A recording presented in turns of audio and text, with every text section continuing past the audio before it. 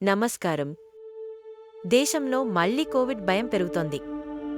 కొత్త వేరియంట్లతో కేసులు మళ్లీ పెరుగుతున్నాయి. ప్రజల్లో ఆందోళన నెలకొంది. 2025 మే నాటికి దేశంలో 257 యాక్టివ్ కోవిడ్ కేసులు నమోదయ్యాయి. ఇందులో ఎక్కువగా JN.1 వేరియంట్ కేసులే. కేరళలో 207 కేసులు, మహారాష్ట్రలో 44, తమిళనాడులో 33, ఢిల్లీలో 23 కేసులు నమోదయ్యాయి.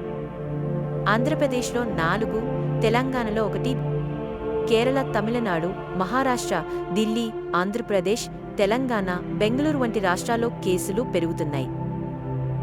ఆంధ్రప్రదేశ్ ఆరోగ్య శాఖ ప్రజలకు మాస్క్ ధరించడం, సామూహిక కార్యక్రమాలను నివారించడం వంటి సూచనలు జారీ చేసింది.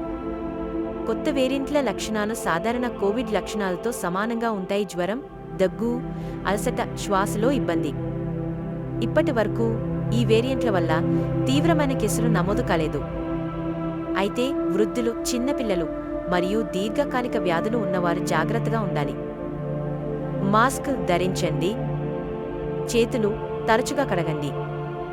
సామాజిక దూరం పాటించండి. సామూహిక కార్యక్రమాలను నివారించండి.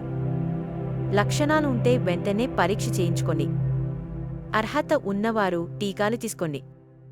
కేంద్ర ఆరోగ్య కార్యదర్శి పుణ్యసలిల శ్రీవాస్తవ ఇటీవల కోవిడ్ పరిస్థితిని సమీక్షించారు. ఆరోగ్య శాఖలు అప్రమత్తంగా ఉన్నాయి. ఆంధ్రప్రదేశ్, కర్ణాటక, మహారాష్ట్ర వంటి రాష్ట్రాలు ఆరోగ్య సదుపాయాలను మెరుగుపరుస్తున్నాయి. ప్రస్తుతం కోవిడ్ కేసులు స్వల్పంగా పెరుగుతున్నా జాగ్రత్తలు తీసుకోవడం అవసరం. ప్రభుత్వం చర్యలు తీసుకుంటున్నా మనం వ్యక్తిగతంగా జాగ్రత్తలు పాటించాలి. మాస్క్ ధరించండి, శుభ్రత పాటించండి, ఆరోగ్యంగా ఉండండి. ధన్యవాదాలు.